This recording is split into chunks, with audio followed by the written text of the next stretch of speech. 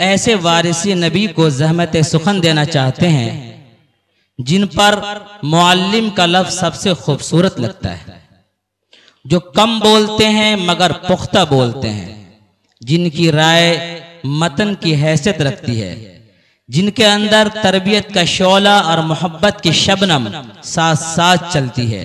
کسی شاعر نے کہا تھا، سر پھول وہ چڑھا جو چمن سے نکل گیا، سر پھول وہ چڑھا جو چمن سے نکل گیا، عزت اسے ملی جو وطن سے ملا، عزت اسے ملی جو وطن سے نکل گیا۔ لیکن ان پر مصرع یوں صادق آتا ہے کہ عزت ہمیں خود اپنے وطن میں بہت ملی، عزت ہمیں خود اپنے وطن میں بہت ملی۔ میری مراد ناظم جامعہ، ہم سب کے مربی و محسن، فقیہ ملت حضرت مولانا زبیر احمد صاحب قاسمی دامت برکاتہم سے ہے۔ آپ سے درخواست ہے کہ اپنے کلمات عالیہ سے ہمیں خوش چینی کا موقع عنایت فرمائے۔ حضرت مولانا زبیر احمد صاحب قاسمی دامت برکاتہم۔ بسم اللہ الرحمن الرحیم، الحمد لولیہ والصلاة علی نبیہ، اما بعد۔ ہر چیز کے الحمدللہ، ہر چیز کے خاطر می خواست، آخر آمد پسے پردہ تقدیر پدید۔ تمنائیں تھی، آرزویں تھی، اللہ نے آج اپنی آنکھوں سے ان تمناؤں کو موجودہ شکل میں ہمیں دکھلا دیا، اللہ کا شکر ہے۔ اور اس کے بعد میں کہہ سکتا ہوں کہ نہال باغ تمنا ببرگ بار آمد، نہال باغ تمنا ببرگ بار آمد، بیا بیا کے بچمنم بہار یار آمد۔ میں سب کو دعوت دیتا ہوں کہ میرے چمن میں بہار آئی ہے، سارے احباب جمع ہے، تم بھی آؤ، میرے چمن میں بہار آئی ہے۔ میرے عزیزوں، میرے بزرگوں، اس کے بعد میں ان سارے حاضرین، چاہے وہ علماء کرام ہو، مدعوین اعظام ہو یا سامعین حضرات ہوں، سارے حضرات کے خدمت میں سلام مسنون عرض کرتا ہوں، السلام علیکم ورحمۃ اللہ وبرکاتہ۔ اس کے بعد ان سارے حضرات کی آمد اور تشریف آوری سے جو میرے دل میں مسرت و انبساط کے جذبات جاگے، ان مسرت و انبساط کے جذبات کی وضاحت کرتے ہوئے آپ سبھی حضرات کو خوش آمدید کہتے ہوئے میں کہتا ہوں کہ از مقدمت دل شاد شد، ویران ام آباد شد، از مقدمت دل شاد شد، ویران ام آباد شد، اہلا و سہلا مرحبا، خوش آمدی خوش آمدی۔ میرے بزرگوں، میرے نوجوان دوستو، آج سے 2 سال پہلے میں بھی منہ میں زبان رکھتا تھا اور اس قسم کے اجتماع اور اجلاس کے مناسب شایان شان جو کلمات ہونے چاہیے میں اپنی زبان سے ادا کرنے کے اوپر بھی قادر تھا، بحمداللہ، اللہ کا شکر۔ لیکن ہائے تمنائے خام، ابھی 2 سال سے میں مرگ بستر پہ پڑا ہوا، ہمارے اندر اب کوئی حرکت نہیں رہی، کوئی فعالیت نہیں رہی۔ میں سوچتا تھا کچھ اور نظر آ رہا ہے کچھ اور۔ تو میں سبھی حضرات سے دعا کرنے کی درخواست دیتا ہوں کہ وہ دعا کریں کہ ہماری صحت کو اللہ تعالیٰ کم از کم 2 سال کے لیے برقرار رکھ دیں، تاکہ خدا نخواستہ دارالعلوم کے اجلاس 7 سالہ کے بعد جو وہاں انقلاب آیا اور بہتوں کے لیے وہ موت کا سبب بنا، اس قسم کے کسی بھی انقلاب سے اللہ اس کو دوچار نہ کرے، سارے کے سارے نظر بد سے اللہ اس کو محفوظ رکھے۔ बहरहाल तो मैं अपने मुसर्रत व इंबिसात के जज्बात के इजहार के लिए और सभी हजरात को खुशामदीद कहने के लिए वही पुराना एक इकबाल का शेर है, अद मकदमत दिलशाद शुद वीराना हम आबाद शुद, अहलम व सहलम मरहबा खुश आमदी। बहरहाल तो अब न तो मैं वो जुबान रखता हूँ अपने मुंह के अंदर और न हमारे जिस्म में वो ताकत है और न हमारे हकीम और मुआलिज की इजाजत है। हमारा हकीम, हमारा डॉक्टर मुआलिज बड़ी शिद्दत के साथ रोकता है कि हम आवाज बुलंद कुछ लंबी गुफ्तगू करें। तो जाहिर है कि हमसे किसी लंबी गुफ्तगू की तवक्को फजूल तो किसी शख्स के, किसी हाजिरीन के दिल में न होगा, और अल्लाह करे कि न हो। मैं इस काबिल नहीं कि आप हजरात की तस्कीन के लिए कोई लंबी गुफ्तगू करूं। और बेहम्दिल्लाह कलमात इफ्तिताहिया के नाम पर आपके सामने मेरी एक तहरीर पेश होगी जिसके अंदर बड़ी तफसील से बयान कर दिया गया है कि सारे मदारिस इस्लामिया के क़याम का क्या मकसद है और खुद अशरफुल उलूम के क़याम का क्या पस मंजर है, और खुद इसके क़याम के बाद अगराद व मकासद किस हद तक कहाँ पूरे हुए, और उसके बाद इस इजलास 100 साल के क़याम का या इनेकाद का क्या मकसद है। वो सारी बातें तहरीरी सूरत में आपके सामने पेश आएंगी। मैं इस काबिल नहीं कि उस तहरीर को पढ़ सकूं, अपनी जुबान से अदा करना तो नामुमकिन है, लेकिन उस तहरीर को पढ़ना भी तकरीबन नामुमकिन है। आपके सामने वो तहरीर पेश की जाएगी।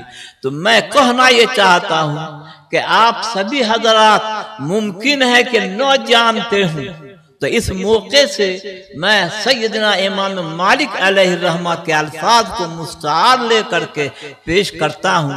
जानने वाले जानते होंगे, एक इख्तिलाफी मसले के नतीजे में जब शाह वक्त ने हजरत इमाम को तजलील की गरज से बगदाद की गलियों में गलत अंदाज की सवारी पे घुमाया, तो उस मौके पर हजरत इमाम ने फरमाया था कि जो जानता है वो जानता है, जो नहीं जानता है वो जान ले कि मैं मालिक हूँ, अनस का बेटा हूँ। मैं उन्हीं अल्फाज को मुस्तार लेते हुए कहता हूँ कि जो जानता है वो जानता है, और जो नहीं जानता है वो जान ले कि मेरा ही नाम जुबैर अहमद है और मैं अब्दुल शकूर मरहूम का बेटा हूँ। मैं ही यहाँ खिदमत का एक अजीम जिम्मेदार था और हूँ। इसी खिदमत के जिम्मेदार को उर्फ आम में नाज़िम कहा जाता है। तो मेरे अजीजों, मेरे बुजुर्गों, आज तुम हमको एक नाज़िम मत समझो, और मैं नहीं चाहता हूं कि ये कहूं कि मैं मदरसे का नाज़िम हूं। हमको एक खादिम समझो। तो मैं इस मदरसे का एक खादिम हूं, और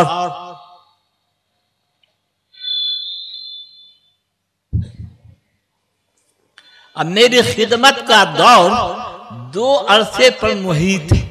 एक वो जमाना था जबकि मैं यहाँ आया था, मैं जवान था बेहम्दिल्लाह, कुदरत थी, ताकत थी, और बज़ाहिर हर किस्म की हरकत फ़आलियत थी। इन्हीं हरकत फ़आलियत के नतीजे में बेहम्दिल्लाह उस दौर के अंदर भी जो मैंने मदरसे की खिदमत की, तो मदरसे को हम जिहती अंदाज की तरक्की मिली, ये अल्लाह का करम हुआ। लेकिन कुछ अरसे के बाद तकरीबन 9-10 साल तक मैं यहाँ का खादिम रहा, अशरफ उलूम की खिदमत करता रहा, और हर दिन उसको किसी न किसी जहत से तरक्की के उरूज पर ले जाने की कोशिश करता रहा, और बहुत कामयाबी मिली। जानने वाले जानते होंगे, देखने वाले देखे होंगे। लेकिन उसके 10 साल के बाद मौलाना मिन्नतुल्लाह रहमानी अमीर शरीयत बिहार और काजी मुजाहिदुल इस्लाम कादी शरीयत इमारत शरिया के इसरार और तलब पर मैं चला गया जामिया रहमानिया खानकाह मुंगेर। और जामिया रहमानी खानकाह मुंगेर के अंदर भी वही तदरीस फिक़्ह व हदीस की खिदमत अंजाम देता रहा। तकरीबन 10 साल भी कम बेश मैं वहाँ खिदमत अंजाम देता रहा। کہ اسی درمیان میں دارالعلوم سبیلالسلام حیدرآباد کے اندر یہی مولانا خالد سیف اللہ رحمانی مدد اللہ ہیں اور حضرت مولانا رضوان القاسمی مرحوم علیہ الرحمہ ہیں. ان دونوں کی دعوت اصرار کے ساتھ برابر منگیر میں ہمارے پاس آتی رہی کہ آپ یہاں یعنی سبیلالسلام حیدرآباد کے اندر بخاری شریف کا درس دیں. اعداد تدریس بخاری سے معزز ہوں اور شرف تدریس بخاری سے مشرف ہوں. دعوت آتی رہی، میں ٹالتا رہا. جب دعوت میں کثرت ہوئی تو میں نے خانقاہ منگیر کے اس زمانے میں جو موجودہ شیخ الحدیث صاحب تھے مولانا شمس الحق صاحب، ان سے پوچھا، استفسار مشورہ تھا، ان سے پوچھا کہ ایسے ایسے دعوت آ رہی ہے فلاں جگہ سے، کیا آپ کا مشورہ ہے، آپ کیا فرماتے ہیں؟ تو انہوں نے جو لیٹے ہوئے تھے اب بیٹھ گئے اور بڑی سنجیدگی سے فرمایا، جیسا کہ حدیث میں آیا کہ کانا متکئن فجلس وقال، اسی کیفیت کے ساتھ وہ بیٹھ گئے اور فرمایا کہ مولانا یہ تو ایسا بڑا شرف ہے، ایسا بڑا اعزاز ہے کہ اس شرف اور اعزاز کو حاصل کرنے کے لیے دارالعلوم دیوبند جیسے ادارہ میں آپ کے اساتذہ کے اندر آویزش اور چپکلش ہوئی تھی. آپ کو بلا طلب وہاں بلایا جاتا ہے تدریس بخاری کے لیے. یہ ایک اللہ کی نعمت ہے، آپ اللہ کی اس نعمت کی قدر کر رہے ہیں. چنانچہ میں نے اسی مجلس میں فیصلہ کر لیا کہ اب انشاءاللہ میں حیدرآباد جاؤں گا اور وہاں تدریس بخاری کے شرف سے مشرف ہوں گا. وہاں گیا اور تقریباً 4 یا 5 سال میں نے اس شرف سے اپنے آپ کو مشرف کیا اور اللہ نے اس اعزاز سے ہم کو معزز کیا. 5 سال کے عرصے میں یہاں کے ناظم مولانا طیب صاحب علیہ الرحمہ کی وفات ہو گئی. اور وفات کے بعد یہاں کے جو ارباب حل و عقد تھے یہ ہمارے اس دور کو دیکھے ہوئے تھے جو ہماری دور جوانی کا تھا. اس دور جوانی کے اندر میری خدمتوں کو دیکھ چکے تھے اور مدرسے کی ترقیوں کو بھی دیکھ چکے تھے. ان سارے لوگوں کو احساس ہوا کہ اب مولانا زبیر احمد صاحب کو دارالعلوم سبیلالسلام حیدرآباد سے کسی بھی طرح یہاں منتقل کیا جائے. چنانچہ ان لوگوں کے خطوط پہنچتے رہے اور میں نے آخر میں آ کر کے حضرت مولانا ظفیر الدین صاحب مفتی دارالعلوم مرحوم علیہ الرحمہ ان سے مشورہ لیا کہ ایسا ایسا خط کانھوا سے آ رہا ہے. میں نے وہاں 19 شرطیں لکھی ہیں کہ ان 19 شرطوں کو اگر تم سب منظور کر لو تو میں آ سکتا ہوں. وہ لوگ اس 19 شرطوں کے بجائے کہتے ہیں کہ 1900 شرطیں لگا لیجیے لیکن آپ آ جائیے. تو آپ کیا فرماتے ہیں؟ مشورتاً جب کچھ لوگوں سے پوچھا تو کسی نے اس کی رائے نہیں دی کہ تم سبیلالسلام کو چھوڑ کر کے حیدرآباد جیسے کانھوا جیسے کوردے علاقے میں پھر جاؤ دیہات کے علاقے میں. لیکن ایک مولانا مفتی ظفیر الدین صاحب علیہ الرحمہ کی رائے ہوئی کہ مولانا اللہ کا دیا کھانے پینے کو آپ کے پاس گھر پر ہے، زمین جائیداد بہرحال تھی اللہ کی نعمت تو وہ ہے، اس لیے پیسے کی کمی بیشی پر تو آپ کو نظر نہیں رکھنی ہے. اور کسی بھی با کمال مدرس کی ترقی کا آخری معیار وہی تدریس بخاری ہے. اللہ تعالیٰ نے آپ کو اس شرف سے بھی مشرف کر دیا، اس اعزاز سے بھی معزز بنا دیا. آپ 5 سال بخاری شریف کا درس دے چکے ہیں. اگر آپ کانھوا چلے گئے تو کانھوا جانے کی کوئی وجہ ترجیح نہیں ہے، وہاں کانھوا جانے میں کوئی وجہ کشش نہیں ہے. بلا وجہ کشش کے، بلا وجہ ترجیح کے آپ کانھوا جائیں گے. وہ اپنے علاقے، وہ بھی تھے یہی دربھنگہ ضلع کے مولانا مفتی ظفیر الدین صاحب. تو کہا کہ اگر آپ کے جانے سے اپنے علاقے کا وہ تنزل کا شکار مدرسہ سنبھل گیا اور ترقی پذیر ہو گیا، چونکہ آپ بلا وجہ کشش کے وہاں منتقل ہوں گے، کوئی وجہ کشش ہے نہیں، تو انشاءاللہ آپ کی خدمت اللہ کے ہاں مقبول ہوگی اور اللہ تعالیٰ کے ہاں یہاں کی خدمت آپ کے لیے ذخیرہ آخرت ہوگی. چلے جائیے. उनका मशवरा हुआ और इस अंदाज से अल्लाह के बंदे ने मशवरा दिया कि उसी मजलिस में मैंने फैसला कर लिया कि ठीक है मैं चला जाऊंगा। जब यहाँ आया तो क्या कहें कि यहाँ के हालात कैसे थे। हमारे उस जमाने के असातिज़ा कम हैं, मगर इन सबों से बादब दरख्वास्त करता हूँ कि तुम बुरा न मानो, मैं हकीकत का इजहार कर रहा हूँ। और तल्ख बात, ये हकीकत जो होती है वो यकीनन तल्ख ही हुआ करती है। जब आया तो यहाँ के असातिज़ा 10 कुर्सी बना करके मैदान के अंदर मगरिब बाद लगा करके गप शप करते थे, चाहे कभी लड़ जाते थे। और इन उलमा और हुफ़ाज़ की लड़ाई को फैसल करने के लिए ये गांव के शुरवा के मिंबर, शुरा के मिंबर नहीं, हम उसको कहते हैं शोरबा के मिंबर, ये शोरबा के जाहिल मिंबर आते थे और इन उलमा और हुफ़ाज़ के झगड़े का फैसला करते थे। अल्लाह ने हमारे अंदर इतनी हिकमत रखी, इतनी कुदरत रखी कि इन सारे असातिज़ा के अंदर मेरी तबलीग ने असर किया और इन लोगों के अंदर मुताले का ज़ौक़ पैदा किया। और मगरिब के बाद अब सब अपने अपने कमरे के अंदर मुताला करने लगे। बाज़ हज़रात ऐसे मुदर्रिस भी थे उस ज़माने में जो मसलन उसका साला था तो उसका बहनोई था तो उसका नाना था तो उसका दादा था। इन रिश्तेदारियों की बुनियाद पर यहाँ असातिज़ा का तक़र्रुर होता था। चुनांचा एक उस्ताद थे जो सिर्फ मीरान मुनशईब के उस्ताद थे, पढ़ाते थे। लड़का जो रहीम था उसने एक सवाल कर दिया, तहकीक के लिए पूछ लिया, तो वो कहते हैं हाथ जोड़ करके मैं कुछ नहीं जानता हूँ, तुम फलाने उस्ताद से पूछ लोगे। यानी ऐसे मुदर्रिस यहाँ मुकर्रर किए जाते थे।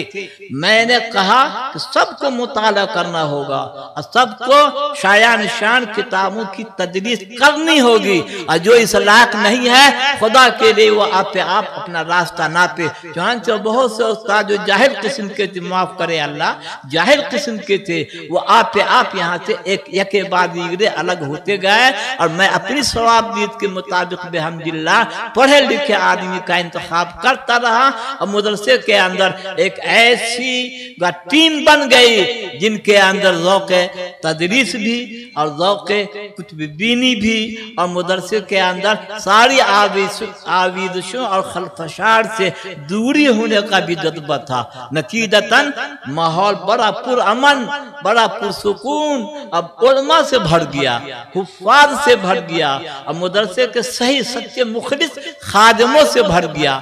नतीजतन न मिंबर शूरा की बैठक होती थी और न भोज पकता था। भोज जानते हैं ना, दाल भात गोश्त बना के खिलाया जाता था। एक साहब मर गए, अल्लाह मग़फ़िरत करे उनकी, वो कहते थे कि अरे मौलाना नहीं थी, ज़ुबैर नहीं आया हुआ था, तो असातिज़ा आपस में लड़ते थे और उनकी लड़ाई को फैसल करने के लिए हम लोग बात बैठते थे और वहाँ भोज पकता था और हम लोग दाल भात गोश्त खाया करते थे। ये ज़ुबैर आ करके हमारे उस खाने को भी बंद कर दिया। सोचो इस जहन के हमारे वो उलमा, वो आदमी थे कि जो लड़ाई का सिलसिला खत्म और इन लोगों की बैठक की अब कोई जरूरत नहीं रही, तो उसने ये कहा हमको कि आ गया हमारा खाना बंद कर दिया, हमारा भोज बंद कर दिया। बहरहाल इस आवेशों और इस आपस की चपकिलिशों के से निकलने में और निकालने में अल्लाह ने हमें कामयाबी इनायत फरमाई और उसके बाद माहौल ऐसा पुरसुकून हुआ और ऐसी तालीम का मेयार दिन ब दिन बढ़ता गया कि आज ये हमारे असातिज़ा दारुल उलूम है। जब यहाँ के असातिज़ा हर साल तकरीबन 20-25 तलबा साल शशुम पढ़ करके हफ्तुम के उम्मीदवार बन करके जाते हैं दारुल उलूम 2 साल के लिए। रास्ते पैदल जब यहाँ का लड़का गुजरता है और किसी उस्ताद से मुलाकात होती है, अस्सलाम वालेकुम वालेकुम सलाम के बाद वो पूछते हैं उस्ताद हमारे तलबा को कहाँ से आए हो, तो कन्हवा से, तो जाओ तुम्हारा दाखिला तो है ही है। और बेहम्दुलिल्लाह ये फख्र की बात